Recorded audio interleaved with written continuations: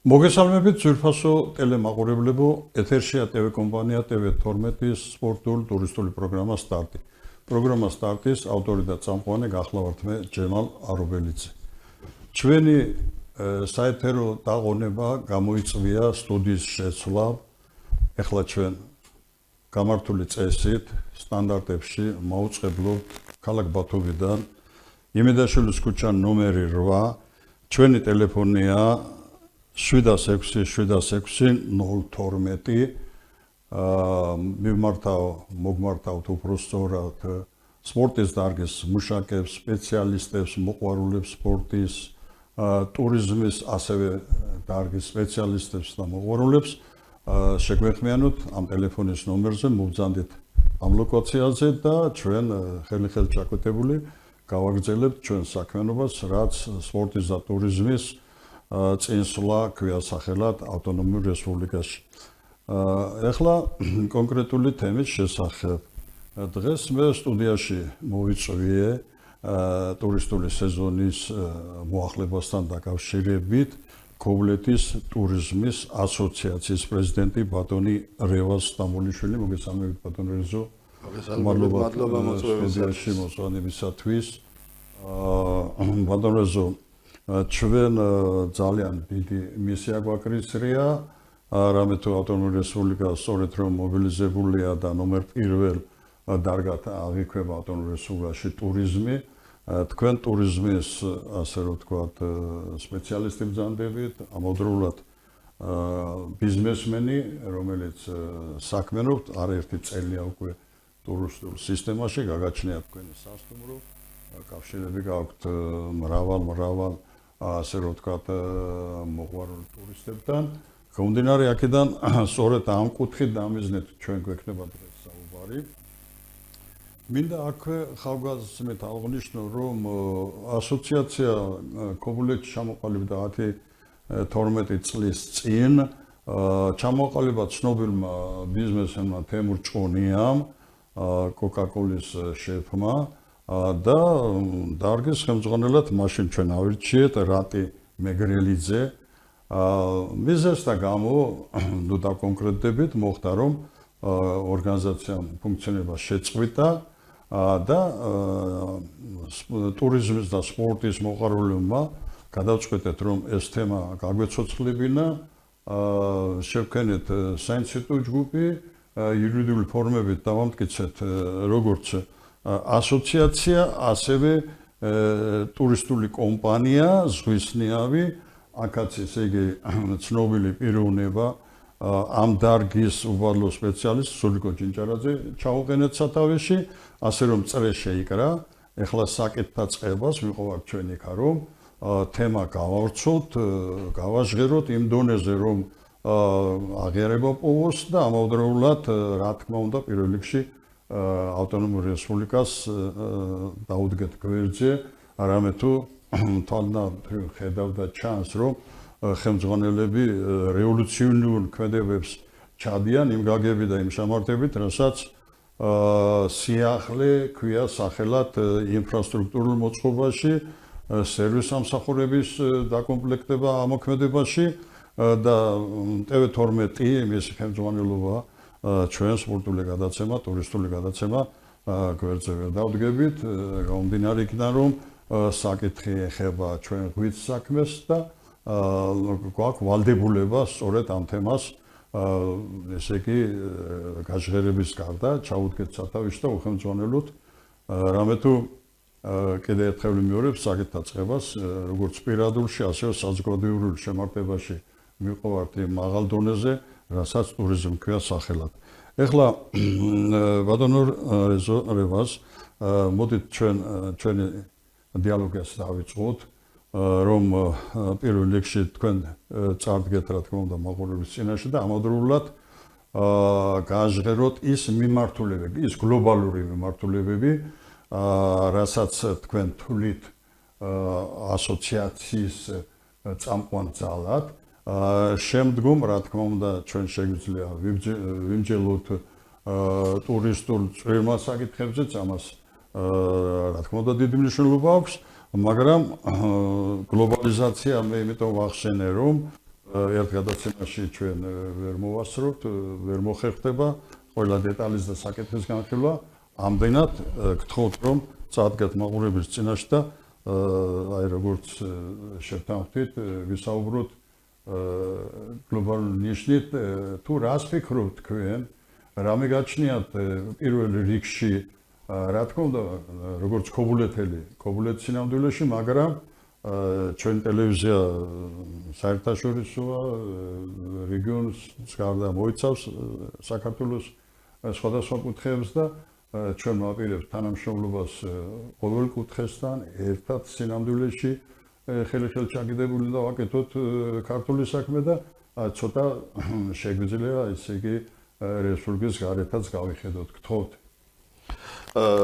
მოგესალმებით, კიდევ ერთხელ მადლობა მოწვევისათვის, ბატონო ჯემალ.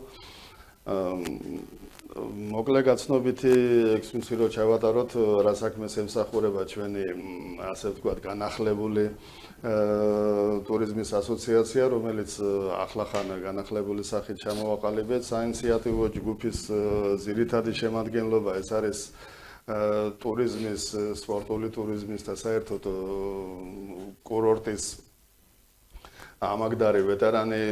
ბატონო, მოდი ჩამოვთვალოთ შემადგენლობა, ავტორიტეტია.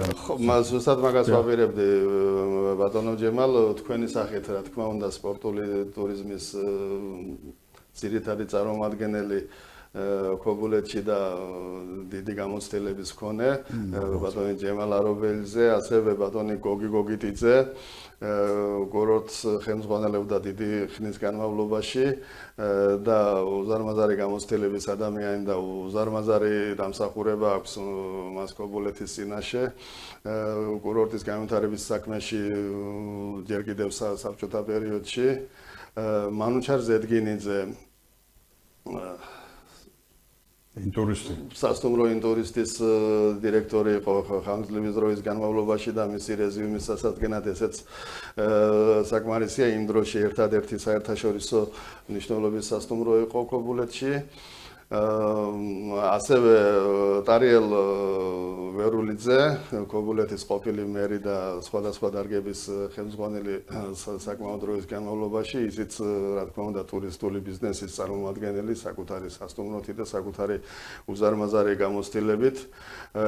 ნუგზარ ჟორდანია, ღირსეული ქობულეთელი, დღეს ის განსაკუთრებით არის წარმოდგენილი ახალი ჩვენ ამ საკითხსაც ალბათ შევეხებით კიდევის მომზადების საკითხში, ანუ საექსკურსიო მომსახურების სრულყოფის და გაკეთილშობილების საქმეში მისი გამოცდილება და მისი პირადი ცოდნა უდავოდ შეუფასებელია ჩვენთვის.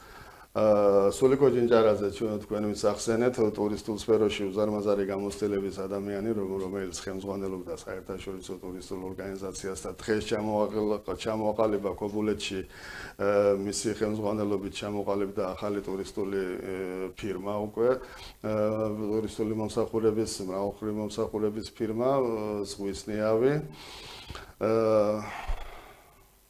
მე გახლავართ რევა სტამბოლიშვილი, ახლა ქობულეთის მაცხოვრებელი და ქობულეთის ტურისტულ საქმეში საკმაოდ გარკვეული გახლავართ, იმიტომ რომ მეც საკუთარი ბიზნესი, ტურისტული ბიზნესი გამაჩნია. მოგახსენებათ, ქობულეთი ეს არის თითქმის 100%-ით საკურორტო ქალაქი. ანუ ქალაქის ძირითადი ფუნქცია თავიდანვე მისი დაარსებიდან უკვე რუსეთის იმპერიის პერიოდში ჩამოყალიბდა როგორც ტურისტული სააგარაკო დასახლება ვეტერანი გენერლებისთვის და ასე შემდეგ, თავისი მომსახურებით, თავისი ინფრასტრუქტურით. დღეისათვის ჩვენ მიგვაჩნია, რომ ქალაქ ქობულეთს გააჩნია მრავალი გამოწვევა, რომლის ღირსეულად იმ საკითხების ღირსეულად გადაწყვეტაში, რომელიც ყველაფერი ამას უკავშირდება, ჩვენ გვინდა თანადგომა გამოვცხადოთ დღევანდელ ხელისუფლებას, გამოვავლინოთ ის პრობლემები, რომელიც არსებობს რომელიც კიდე წარმოიქმნება, რა თქმა უნდა, იმიტომ რომ ქალაქი ვითარდება, იზრდება და ამასთან ეს ყველაფერი დაკავშირებული არის გარდა დადებითი მხარებისა კიდე მრავალ პრობლემასთან ყოველმხრივი მომარაგების და ტურისტების უკეთესად მომსახურების საკითხში. ამ საკითხებში ჩვენ ძირითად ჩვენს ამოცანად მიგვაჩნია მთავრობის თანადგომა და დახმარების გაწევა პრობლემების გამოვლენაში ისეთ თემაში, როგორიც არის ქობულეთის ფიზიკური განვითარება და მისი ეკოლოგია. ანუ შეუნარჩუნოთ ის ეკოლოგია, რომელიც ღვთისმოძებული გვაქვს, განვავითაროთ და ჩავაყენოთ ტურიზმისა და ტურისტების სამსახურში მაქსიმალურად ისე, რომ ჩვენთან ჩამოსული ტურისტი იყოს კმაყოფილი ჩვენი მომსახურებით და მათ გაუჩნდეს, რა თქმა უნდა, სურვილი, რომ კიდევ მრავალმხრივ ეწვიოს და თავისთავად შიგა საზოგადოებრივი რეკლამას გაგვიწიოს. სივრცითი მოწყობა და ეკოლოგიის შენარჩუნება ეს არის ერთ-ერთი ძირითადი თემა, რომელსაც ჩვენ უნდა ხირსეულად დავხვდეთ, იმიტომ რომ ქალაქი იზრდება, ემატება მრავალბინიანი ბინა, სახლის შენობა, სასახლეს, რომელიც იწვევს, რა თქმა უნდა, გაზრდას ქალაქის მოსახლეობისაც, ქალაქის მოსახლეობის დასთან ერთად იზრდება ელექტროენერგიის მოხმარება, წყლის მოხმარება, წყალკანალის პრობლემები, ასევე სატრანსპორტო უზრუნველყოფა, რომ იყოს კომფორტული, მოეწყოს ავტოსადგომები და ასე შემდეგ და რაც ჩვენ ერთ-ერთ ძირითადად მთავარ საქმედ მიგვაჩნია სანაპირო ფიჭვნარის ზონის შენარჩუნება, რომელმაც ფაქტიურად საიდანაც დაიწყო ქობულეთის მშენებლობა და ამ ფიჭვნარის ზოლმა შექმნა მიკროკლიმატიც, შექმნა ქარსაცავი ზოლიც, სარეკრეაციო ზოლი და პარკის გაზრდა, გაფართოება და ამ ფიჭვნარის ზოლის კურორტის სამსახურში დარჩენა და მისი განვითარება არის მიმაჩნია ქალაქის ერთ-ერთ ძირითად გამოწვევად და ამ მხარეს სჭირდება სერიოზული ყურადღების მიქცევა, იმიტომ რომ განვითარება, ქალაქის განვითარება და ზრდა არ უნდა შეეხოს მტკივნეულად ამ ზოლს, იმიტომ რომ თუ ჩვენ ამ ზოლს ან შევკვეცავთ, ან დავკარგავთ და იმ 100-ლოვან და 200-ლოვან ხეებს არ მოუვლით და არ განვაახლებთ ამ ფიჭვნარის ზოლს, ის პეცი დაეკარგება ქობულეთს, რომელიც მას წარადგენს როგორც საზღვაო კურორტს, არა მარტო საზღვაო, მაგრამ ამ შემთხვევაში საზღვაო კურორტზე მაქვს აქცენტი გამახვილებული და შეუქმნის იმ კომფორტს ტურისტს, რომელიც გაზრდის მის სრულფასოვან მომსახურებას, ტურისტების სრულფასოვან მომსახურებას. ასევე ერთ-ერთ ჩვენს ძირითად პრობლემად მიგვაჩნია ის, რომ იმასთან დაკავშირებით, რომ ქობულეთი არ არის თვითმმართველი ქალაქების სიაში საქართველოს, ადმინისტრირების პრობლემა აჩქარად წარმოიქმნება ქალაქში. მოგეხსენებათ, ქობულეთი არის რაიონული ცენტრი და ქობულეთის მუნიციპალიტეტი, ეს არის რაიონული მუნიციპალიტეტი. ქალაქს ცალკე ასეთი თვითმმართველობა გამორჩეული, როგორც ჰქონდა ადრე, მაგალითად კომუნისტურ პერიოდში, იგივე რო გადავწყვეტ ისტორიას, იყო რაიკომი, იყო ქალაქკომი, იყო საკურორტო სამმართველო.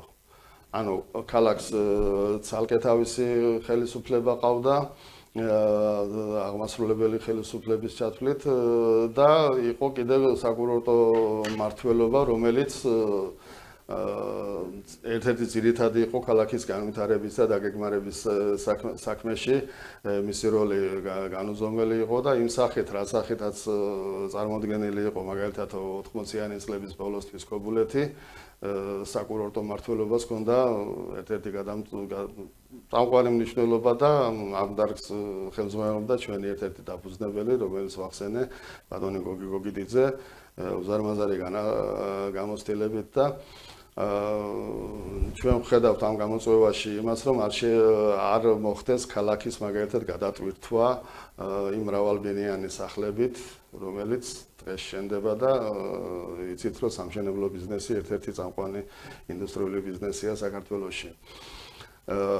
მე არ გულისხმობ ადმინისტრირების პრობლემაში იმას, რომ რაიონის ხელმძღვანელობა საქმეს ვერ უძღვება, ძალიანაც ცდილობენ და ძალიან კარგი გუნდიცაა ჩამოყალიბებული, იმიტომაც გვინდა ჩვენ მთავრობასთან, ხელისუფლებასთან თანადგომაში დავაყენოთ ეს პრობლემები და ერთად მომზადოთ მათთან ერთად გადაწყვეტის გზები.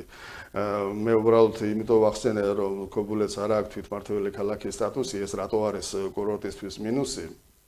იმიტომ რომ ტურიზმის სპეციალისტები არ არიან ისეთი სახით და ისეთი ფუნქციით წარმოდგენილი კურორტის, მე გულისხმობ ახლა ქალაქ ქობულეთს კურორტის მმართველობაში, როგორ დონეზეც საჭიროა ჩვენი აზრით, ჩვენი ხედვით. ამაში გვინდა ჩვენ ყველანაირი თანადგომა გაუწიოთ მოქმედ ხელისუფლებას, მევაწოდოთ ჩვენი როგორც ხედვები, ასევე ჩვენი კრიტიკაც, ჩვენი თანადგომა, მგონი მათთვისაც მნიშვნელოვანი იქნება, რომ ქობულეთი ისეთივე ღირსეული კურორტის ფუნქციით გააგრძელებდეს მუშაობას, როგორი სახეც მათ და როგორი სახელიც მას მოხვეჭილი აქვს, თუნდაც იმ პოსტსაბჭოთა სივრცეში თუ მთელ სოფლიოში, რადგანაც დღესდღეობით უკვე ჩვენი ტურისტების არეალი, ჩვენთან ჩამობრძანებული ტურისტების არეალი აღარ მოიფარგლება მარტო ან საქართველოთი, ან ყოფილი საბჭოთა კავშირის მოკავშირე რესპუბლიკებით, არამედ საერთაშორისოა და ჩვენთან ჩამოდის ბევრი და დასავლეთიდან, აღმოსავლეთიდან, აზია, ევროპა, რა ვიცი, ყველა მხარე წარმოდგენილი არის და ამ ახალ გამოწვევებს გვინდა რომ კურორტმა ღირსეულად უპასუხოს. ბატონო რევაზ, პირველ რიგში, რა თქმა უნდა, მადლობა მინდა მოგახსენოთ პროფესიული ანალიზისათვის და ხედვისათვის, მაგრამ ამავე დროს მოდით ცოტა ჩამოვყალიბდეთ ჩვენ სივრცეებზე, რაც გამოგვჩასავით, მაგრამ შევავსებთ, იმედია.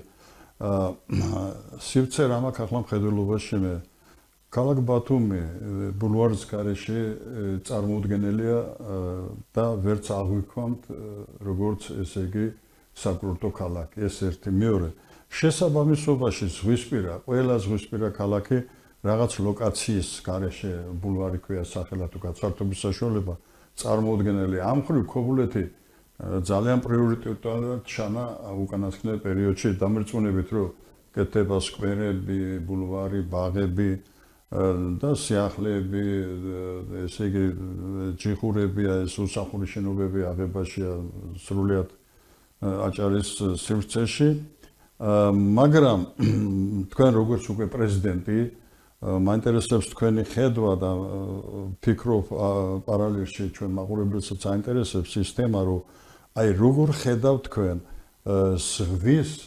განვითარებას ხედულობაში მაქვს ზღვაზე მცურავი საშუალებების მოხმარებას საპლიაჟო ინფრასტრუქტურის წყობას მოდით მივერიდებით თქვენ კარგად ბრძანებთ ჩვენი გადაცემა სწორედ რომ ეძღვნება ხელისუფალის მხარდაჭერას მაგრამ ავანტყოფობას წამალი არ ჩანს და თვითონ ეკემ უნდა დანიშნოს ეგ აი ამ კუთხიდან ამ გადასახედიდან მინდა რომ არამც თუ შევახსენოთ და ვინმე დავმოძღვროთ არამედ ესე იგი ჩვენი გამოცდილების სკოლა გაუზიაროთ რამე თუ ერთნი ვარ ჩვენ ერთი ქალაქის შვილები ვართ ერთი კუთხის შვილები ვართ და ერთნაირად ვაზროვნებთ იმის შესახებ და იმის თაობაზე რომ შესაძლებლობ ფორმებში როდესაც სახელმწიფო მილიონობით თანხას ხარჯავს არსებობს რესურსები არსებობს საშტატო ერთეული ძვირადღირებული დაფინანსებული არსებობს სივრცეები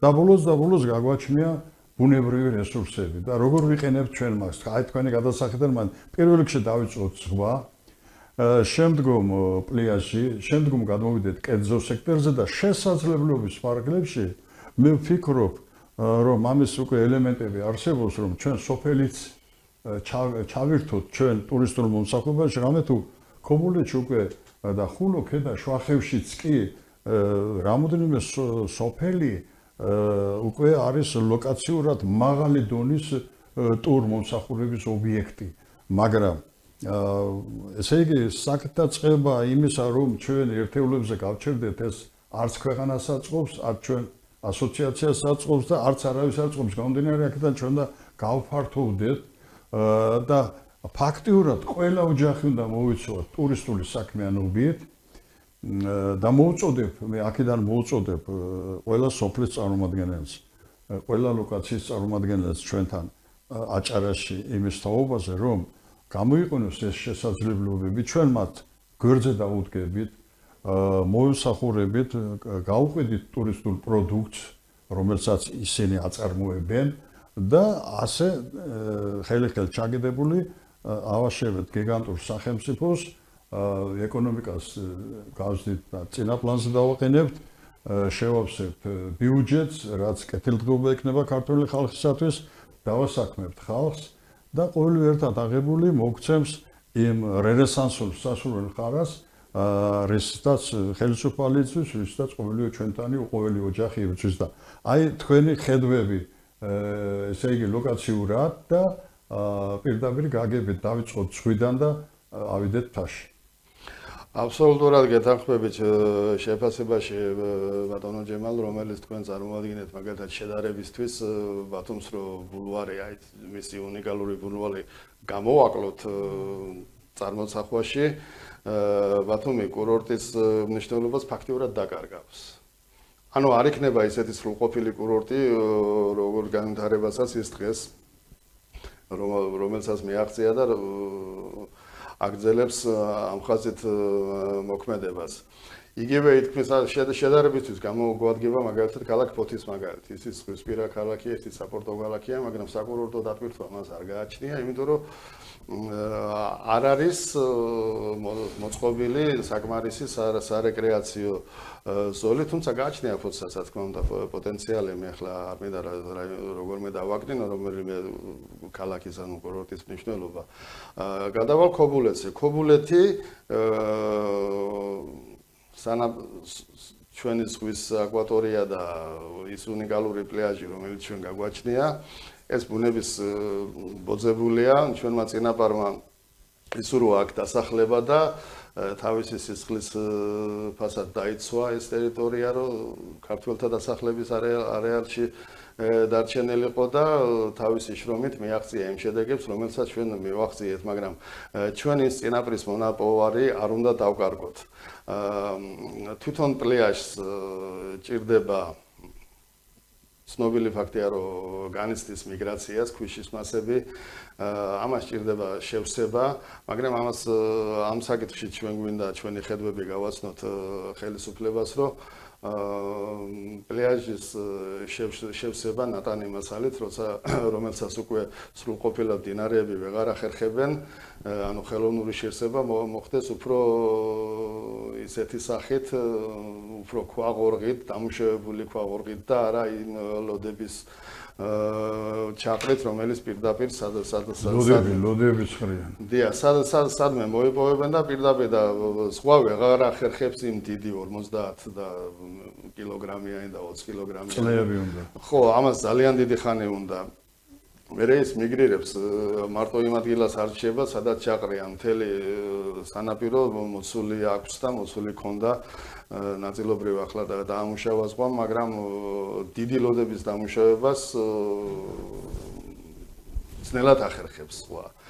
შედარებით უფრო დამცრო მასალა რომ მივაწოდოთ მას, პლაჟის გაკეთილშობილება უფრო ადვილად მოხდება და იმ დაკუთხულ ქვებს, რომელიც პირველად იყრება გვაში, მე ამუშავებს სხვა შტორმები, ხეხავს, ახდენს მის ასე ვთქვათ, ბუნებრივ მოპირკეთებას და პლაჟი ღებულობს იმ სასიამოვნო სახეს, რომელთაც ჩვენ ყოველთვის განთმული ვიყავით და დღესაც რა თქმა უნდა გვაქვს, მაგრამ ამის საშიშროებები არ უნდა შევქმნათ ჩვენ ამ ხელოვნური კვებით არ უნდა შევქმნათ პლაჟის ხარისხს. გაგეჭრებით და თქვენ ახალგაზრდა ბრძანდებით, მაგრამ ჩემი ასაკი ხალხს ახსოვს, ოდესიდან მოდიოდა ძალიან დიდი გემები და შუა ზღვაში ესე იგი იხსნებოდა ეს საბარგული და რამდენი ათეული და ასეული ტონა დამუშავებული, აი იმიტომ ხაზგასმით დამუშავებული. კი, ჭოროხის შესართავიდანაც ხდებოდა,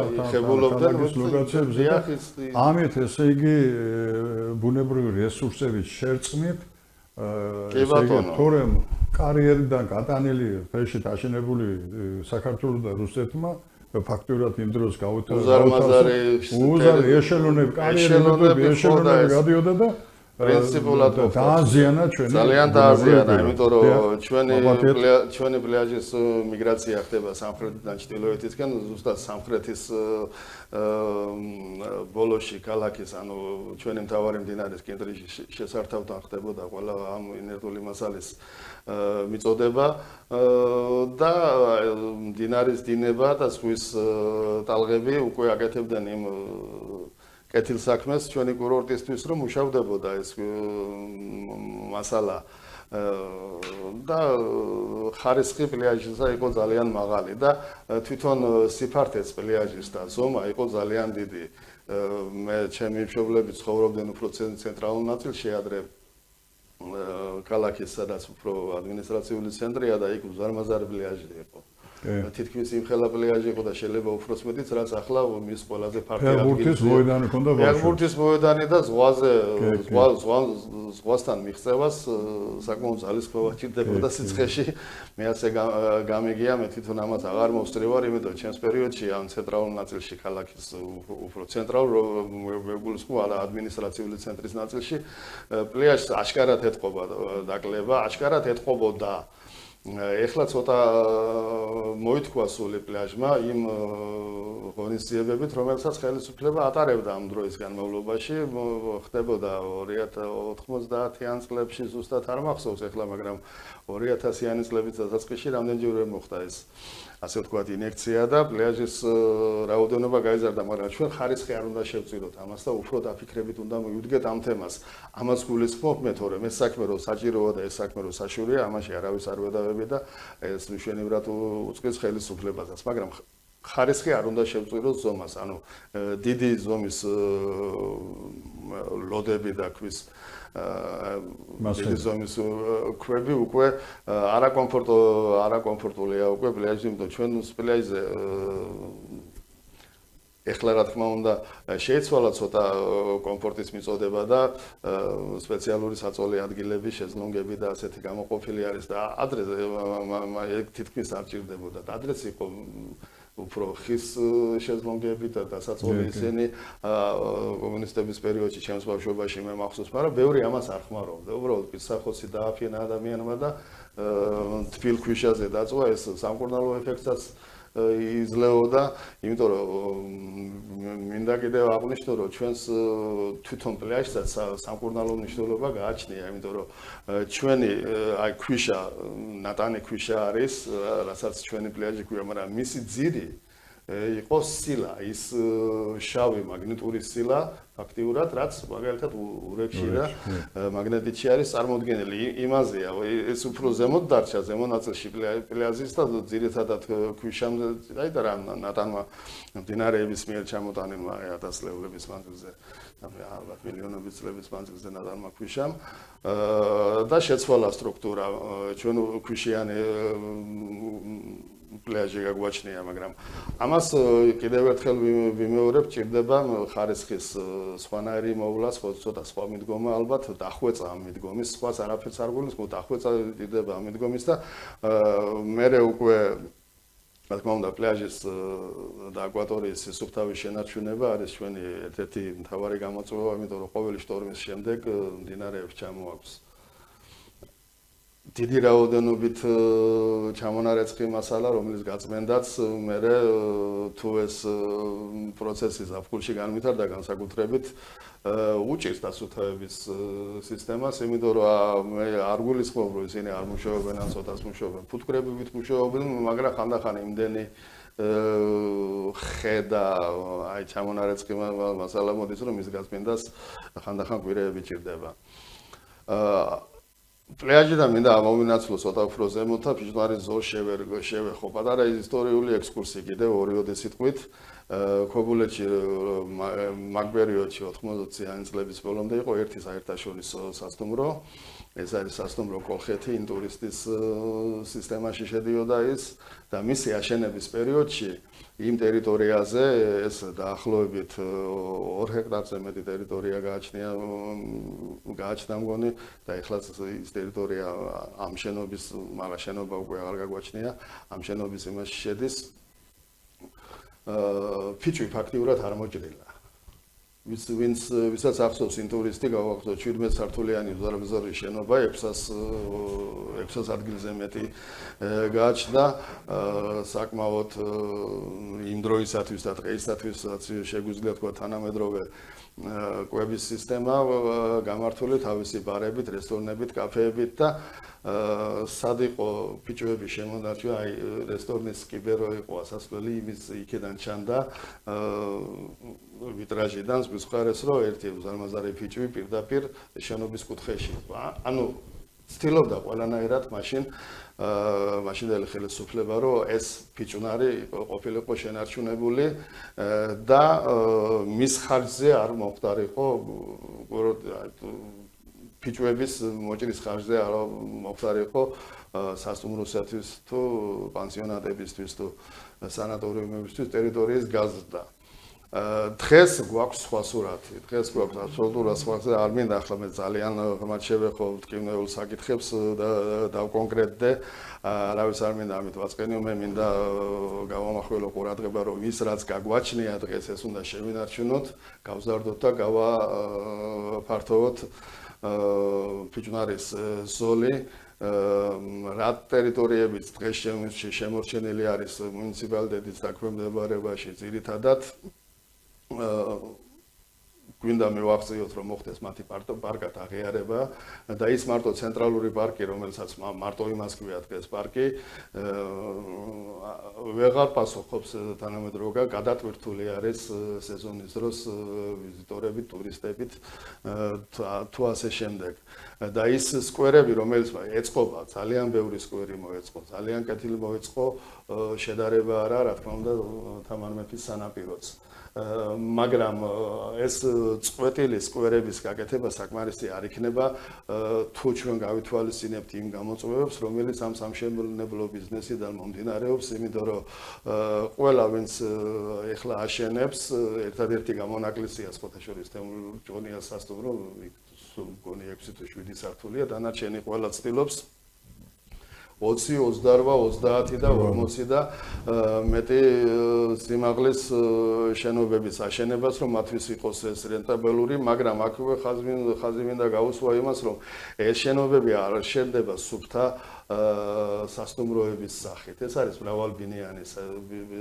რომლის ნაწილი შეიძლება დარჩეს, მაგრამ ეს მყიდველის სურვილის შემთხვევაში სასტუმროს ფუნქციით დანარჩენი არის ისინი იყიდება, რა თქმა უნდა, მათი გამოყენება როგორც ბათუმში ხდება, ისე ქობულეთში ხდება ტურიზმის სფეროში მათი გამოყენება. ქირავდება ისე თუ იმას დაკავებული არ აქვს აფხულში თვითონ არ ცხოვრობს ამბინებს აქირავებს და ასე შემდეგ, მაგრამ ეს ამ შენობების აშენება დაკავშირებული არის იმასთან, რომ მას ეწირება მრავალი საუკუნოვანი ფიჭვი. და თითოეული საუკუნოვანი ფიჭვის მოჭრაზე 10 ჯერ უნდა დავფიქრდეთ და 100 ჯერ უნდა დავფიქრდეთ, რომ არსებობს თუ არა ამის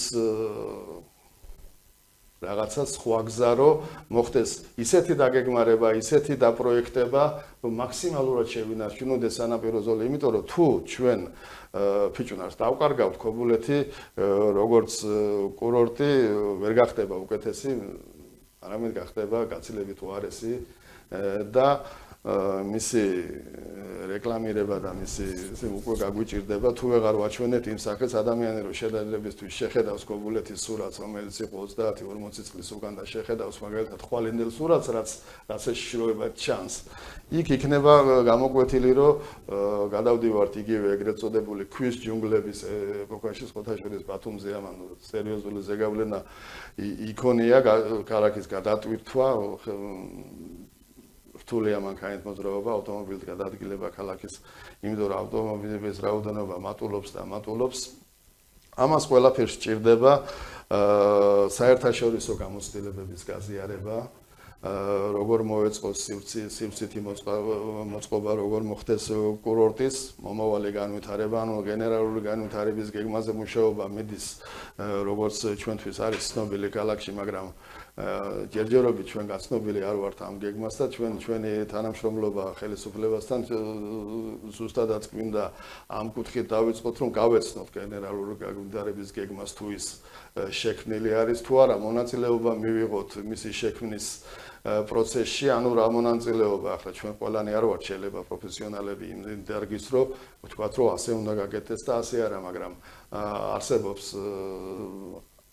საქართველოსში და არსებობს სოფლიოში სპეციალისტები, რომლის აზრის გათვალისწინება შეიძლება მოხდეს და მოხდეს მიზანმიმართულად დადებითი მიმართულებით ამ განვითარება. ასევე თქვენ ახსენეთ უკვე კერძო სექტორში გადავდივართ, იმიტომ რომ ძირითადი კერძო სექტორის ძირითადი ნაწილი ქობულეთში უკვე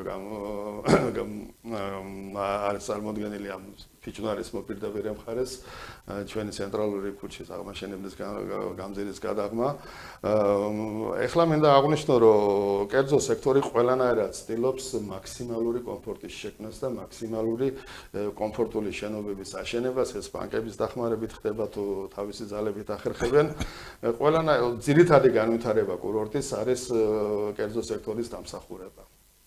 რა თქმა უნდა, საბანკო სისტემის ხელშეწყობით, მაგრამ ამ საბანკო სისტემის ამ ხელშეწყობასაც ჭირდება დახვეწა, რომ არ იყოს ბანკი ძირითადი მომხმარებელი იმ რესურსისა, რომელიც ამოღებას ხდება სეზონის მანძილზე და მთელი თანხა არ მიდიდეს ბანკში, ანუ მოსახლეობას უნდა რჩებოდეს საკმარისი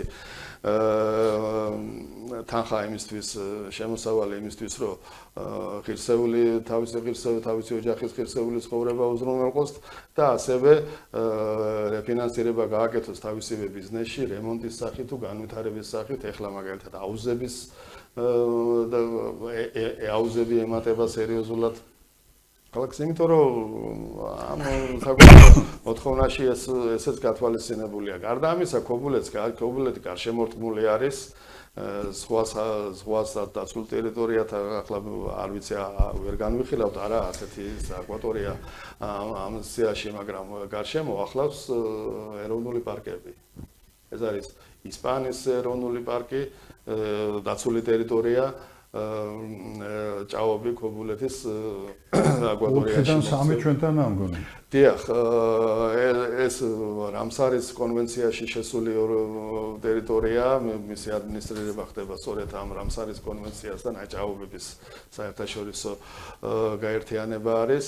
არის მისი უნიკალურობა გააჩნია კოლხური ჭაობების ერთ-ერთი შენარჩუნებული ტერიტორია არის, მოწყობილი არის იქ ბილიკები, საექსკურსიო და ამავე დროს არის აქ ჭაობებთან დაკავშირებით და ჩვენს რაიონთან მინდა აღვნიშნო, რომ ჩვენი რეგიონი როგორც ამას აჯარისკური საკურორტო ტურისტული დეპარტამენტის ხელმძღვანელობას აღნიშნავდა ჩვენთან შეხვედრაში, ჩვენ მოგეხსენებათ ერთად ვიყავით, ქონდა შეხვედრა დეპარტამენტის ხელმძღვანელობასთან, გადამფრენი ფრინველების ერთ-ერთი ძირითადი მარშრუტი, სოფლიოში ერთ-ერთი გამორჩეული მარშრუტი გადის სწორედ აჭარაზე და აქ შედის ქობულეთიც და მაღლივი შენობებით გადატვირთვა შესაძლოა საფრთხეს უქმნიდეს ამ ყველაფერს.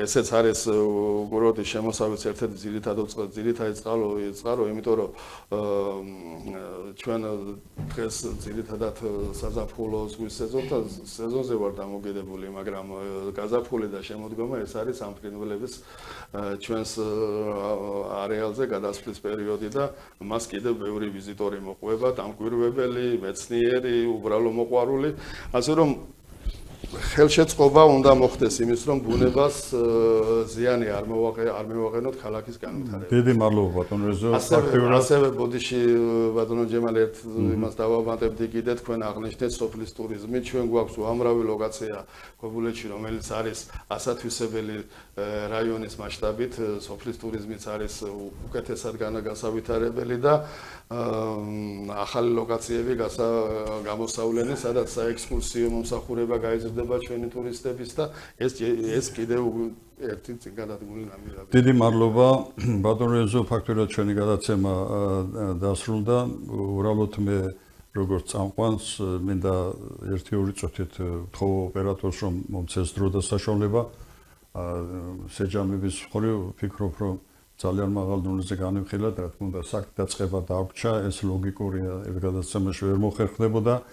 მხოლოდ ერთი თემას მინდა გავუსვა ხაზი, ეს არის დაილინგ ტურიზმის განვითარება, უბრალოდ სერვის სამსახურების გაფართოება, განვითარება ავტონომურ რესპუბლიკაში, არა მარტო ქობულეთში. სერვის სამსახურები მოიცავს ყველას და ყველაფერს. პირველ რიგში დაილინგ წყალქვეშა ტურიზმი არ არის, უნდა შემოვიღოთ ეს გაახანგრძლივების ტურისტის დროს და ვადას, იმიტომ თბილი წყალი გვაქვს და სექტემბერ-ოქტომბერში შეიძლება კიდე განხარჯლდეს და შესაბამისად კეთილი ნება, სურვილი მივა იქამდე, რომ ჩვენ უფრო მეტი შემოსავალი გვექნება. გარდა ამისა, საჰაერო ტურისტული მომსახურება და საზღვაო ტურისტული მომსახურება შესაძლებელია ბათუმ, ქობულეთი, ფოთის საზღვაო სატრანსპორტო გადატვირთული გზები რო არის და ესე იგი ხელშეშლა არის საწყლოსნო სატრანსპორტო საშუალება. ანუ სამარშრუტო მომსახურება. დიახ, ჩვეულებრივი როგორც ავტობუსი ისე ჩაჯდება